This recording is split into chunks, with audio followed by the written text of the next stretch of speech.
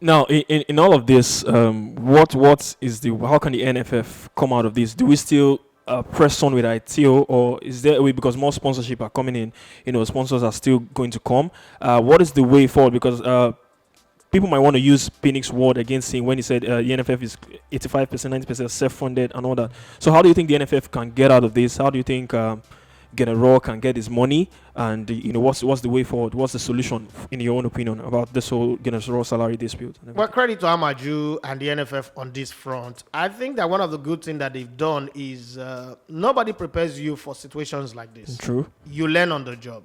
If there is a book that tells you the mode of operation, the MO of the NFA to the NFF, is that government always fund the NFF. This is the first time that government is not interested in funding the NFF because government is prioritizing. It's not like people make it look like, oh, government is wicked, the Buhari government is wicked. No, government is not wicked. 97% of our earning goes into funding our debt. You know how Nigerians were complaining that, oh, Buhari is borrowing money, our future, China will come and take over the country. The man is proving that that's not what I am doing. I'm setting up infrastructure that would outlast me and even my children or my grandchildren, but will keep the country on the map and will keep earning domestically, right? Now, to show to your creditors that you are a serious person, you must pay your debt. That's what the federal government is doing. We must understand that part.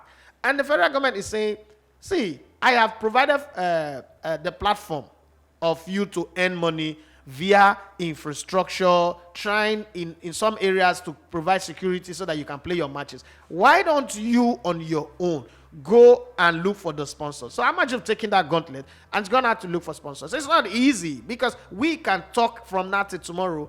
Most of us can't get a sponsor for a 5 minutes, 10 minutes show. So to get a sponsor to bring in 4 million, 2 million, 10 million, 100 million, 500 million, it's not easy. You do a lot of horse trading, a lot of, negotiating, a lot of sitting. And that's why I give people like Bukola Olakpade. I hope I got that name well, bros. If I don't, I'm sorry.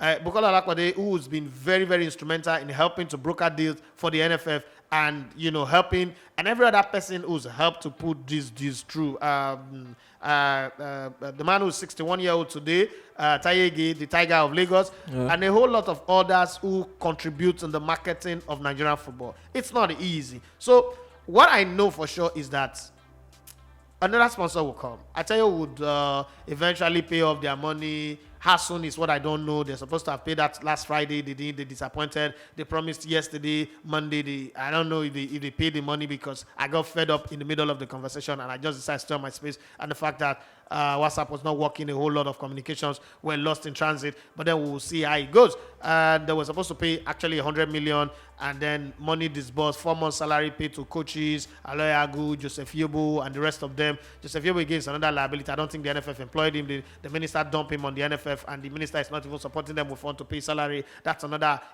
heavy misnomer, but it happens in Nigeria, okay? So once that one is done, and then the other balance is paid, they extricate themselves from the relationship with, I tell you, I think another company will come. The good thing with the NFF is it's a no-brainer. Next year is Nations Cup and World Cup.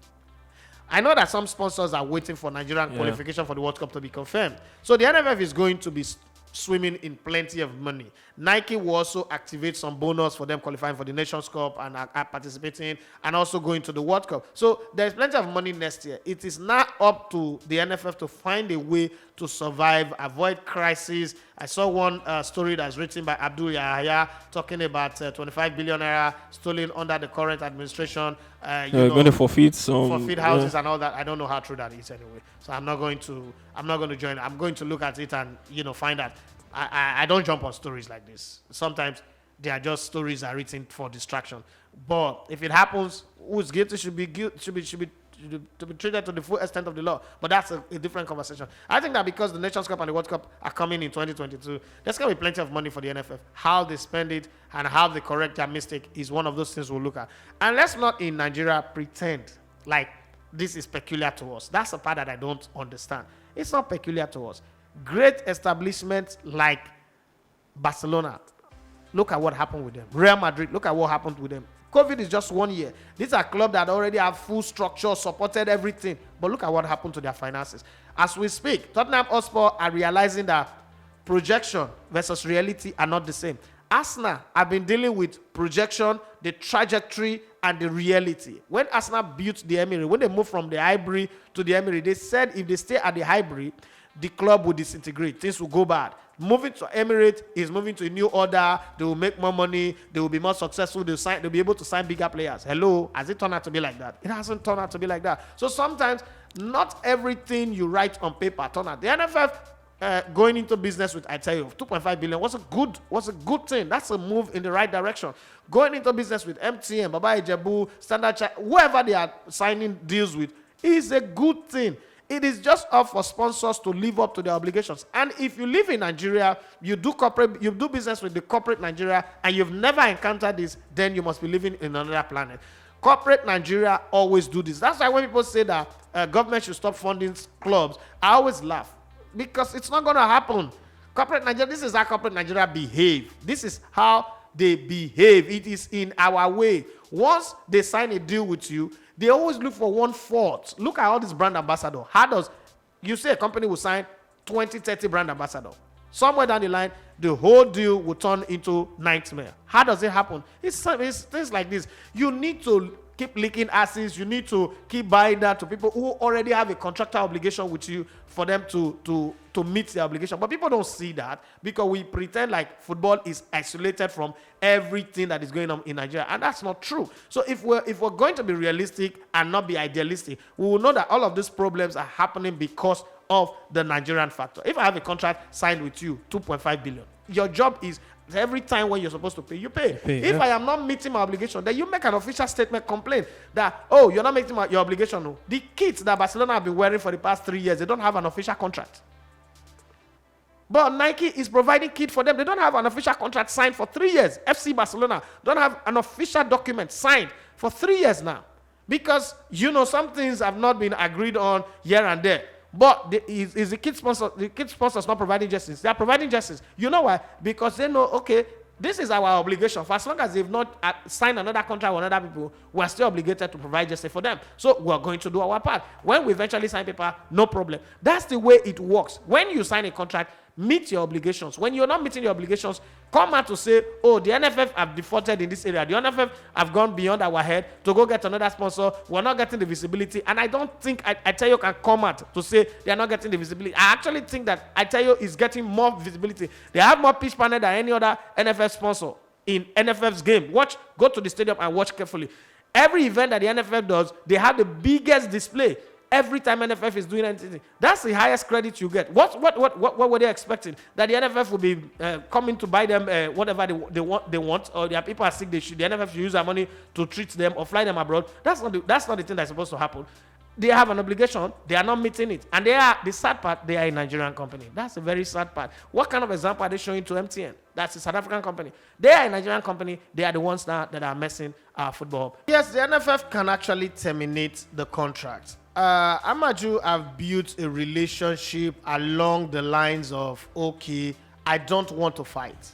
Okay, that's what happened with Total Promotions, and they were going to court back and front. That's what happened. You see, the Nigerian corporate can really go dirty on you. So they don't want that. Remember how, having a deal with Glo affected the league for a very long time. Even when Glo had left, they didn't want another telecommunication company to come into the league immediately, because in Nigeria, apart from things just ending on the contract, there is also the political implication. People have political powers, buttons to push to make things difficult for you. So the NFF is trying to play as diplomatic and as tactful as possible. That's my thinking, because I've seen this happen before. So many times. Pepsi was the sponsor and it affected relationship with Coca-Cola. Coca-Cola came, it affected relationship with Pepsi. A whole lot. We've seen this happen over and over and over again. So this guy must be looking at book. Remember when I interviewed Amaju one time about people talking of him not renewing the contract of Genetro? And this thing he said.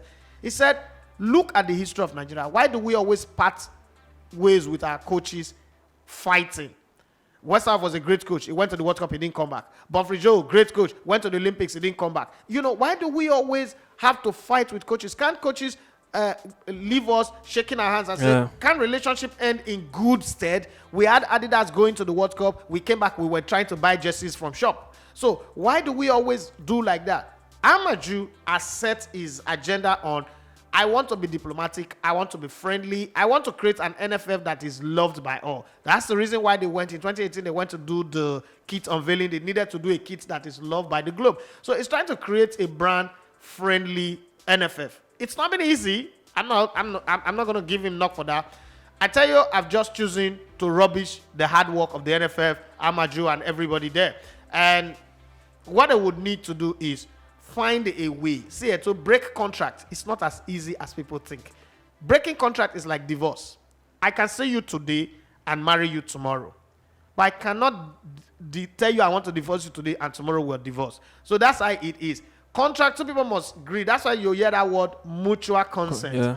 If there is no mutual consent, one feels like, no, I want to stay my ground. I still have a contract. Okay, you can't terminate. And okay, you're forfeited. Okay, now take your money. What happens? So the NFF is trying to play that game where they don't have to go into legal battles and fight because it is dirty and it costs a lot of money.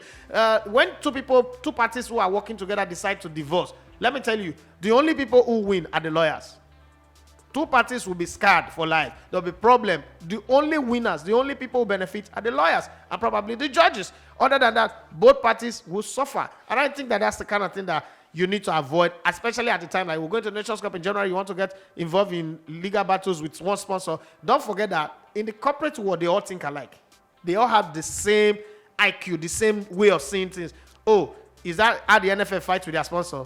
No, we can't do business with them. So that tomorrow they don't fight us. So after all, at the beginning of this relationship, it was sweet, it was nice. They were all jumping, hugging, and kissing. No, it's not the one that we get to our turn because of one small thing, they will take us to court. You don't want that to happen. So the NFF is trying their best to be as tactful as possible. Wish there was another way, but unfortunately there is not. You are listening to Elegbete TV Radio.